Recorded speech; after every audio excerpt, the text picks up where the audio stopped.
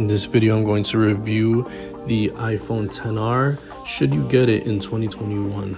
Let's take a look. Currently, the iPhone XR is being sold for $500 brand new at Apple, and you can get this for less than $300 used or on the prepaid market. So this is definitely in a mid-range price point, and you can definitely get it at a good deal at $300. This phone is a few years old, and it is definitely a 4G LTE device. You're not finding 5G in this phone.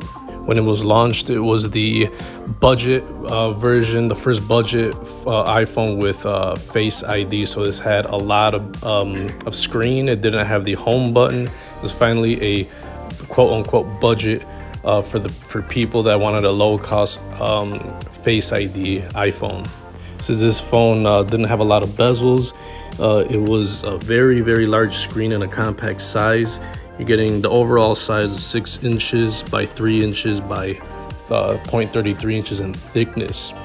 It had a weight of almost 7 ounces at 6.8 ounces.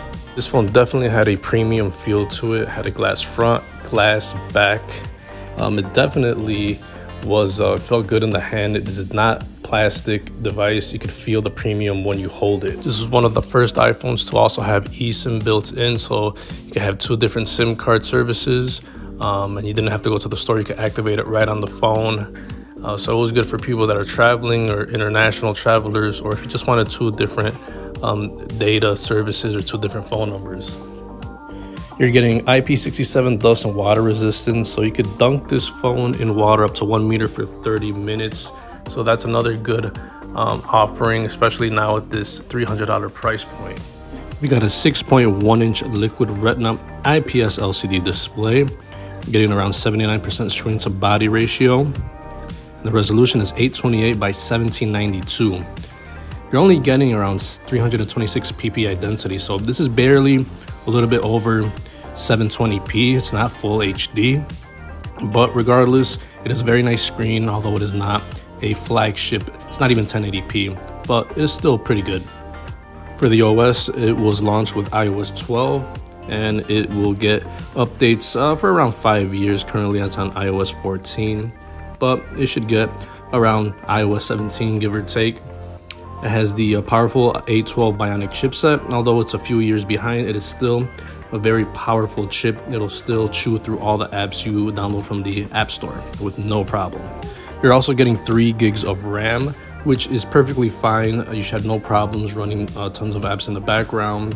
iOS is very, very efficient at running with low amounts of RAM, although you'll see Android phones with 6, 8, 12 gigs of RAM. 3 gigs of RAM on this device is totally fine. It will still work for you for a couple of years. Combined with that chipset and the 3 gigs of RAM, you should definitely be able to listen to music, listen to podcasts, watch video, take pictures, take video, do GPS mapping, browsing the web, running all your apps, doing calling, texting, video chatting, email, hotspot, Bluetooth, connect to other devices. This phone will do it all with the chipset and the 3 gigs of RAM, no problem. For storage, you get a base of 64 gigs of internal storage on this device. There's obviously no micro SD card support.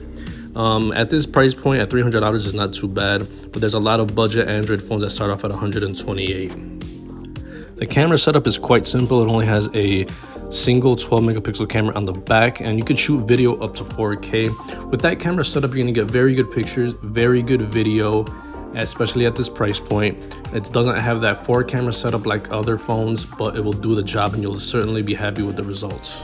For the selfie camera, you have a 7 megapixel shooter capable of shooting 1080p video, which is also good for most people. This iPhone XR does not have a headphone jack. You need an adapter for that. So if you would like to connect your headphones, connect it to your car via aux cord or a mic or something like that, you'll be a little bit disappointed. But if you have updated to wireless connectivity, you definitely have Bluetooth 5.0 that will help you mitigate that problem and connect your wearables such as your smartwatch, your smartband, your Apple Watch, your speakers, your wireless headphones. All that good stuff will work with this Bluetooth on the iPhone XR.